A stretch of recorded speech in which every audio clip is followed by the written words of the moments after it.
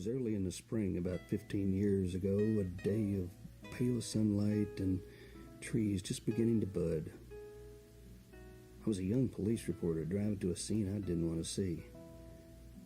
A man, the police dispatcher broadcast said, had accidentally backed his pickup truck over his granddaughter in the driveway of the family home. It was a fatality.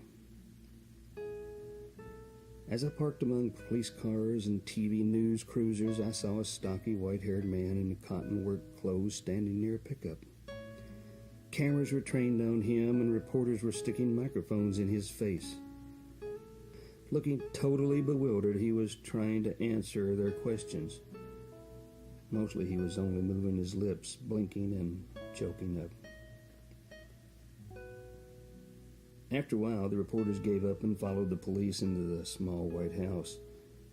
I can still picture that devastated old man looking down at the place in the driveway where the child had been. Beside the house was a freshly spade flower bed and nearby a pile of dark, rich earth.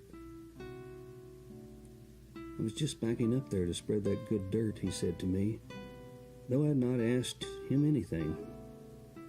I didn't even know she was outdoors. He lapsed back into his thoughts, and I, like a good reporter, went into the house to find someone who could provide a recent photo of the toddler. A few minutes later, with a 3x5 studio portrait of the angelic child tucked in my pocket, I went toward the kitchen where the police had said the body was.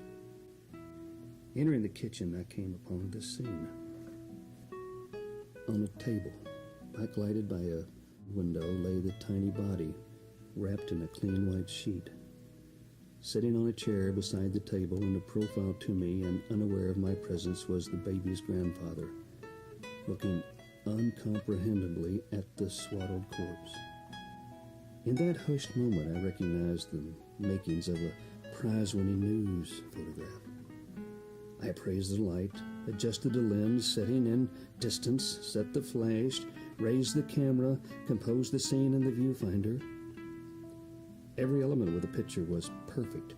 The grandfather in his plain work clothes, his white hair backlighted by sunshine, the child's form wrapped in the sheet, the atmosphere of the simple home. Outside, the police could be seen inspecting the fatal rear wheel of the pickup, while the child's mother and father leaned in each other's arms. I don't know how many seconds I stood there, unable to snap that shutter. I was keenly aware of the powerful storytelling value that a photo would have, and my professional conscience told me to take it. Yet, I couldn't make my hand fire that flash and intrude on the poor man's island of grief. At length, I lowered the camera and crept away, shaken with doubt about my suitability for the journalistic profession.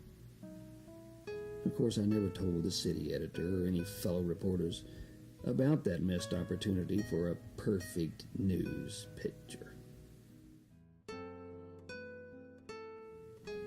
Every day on the newscast and in the papers, we see pictures of people in extreme conditions of grief and despair. Human suffering has become a spectator sport, and sometimes, as I'm watching news films, I remember that day, and I still feel right about what I did.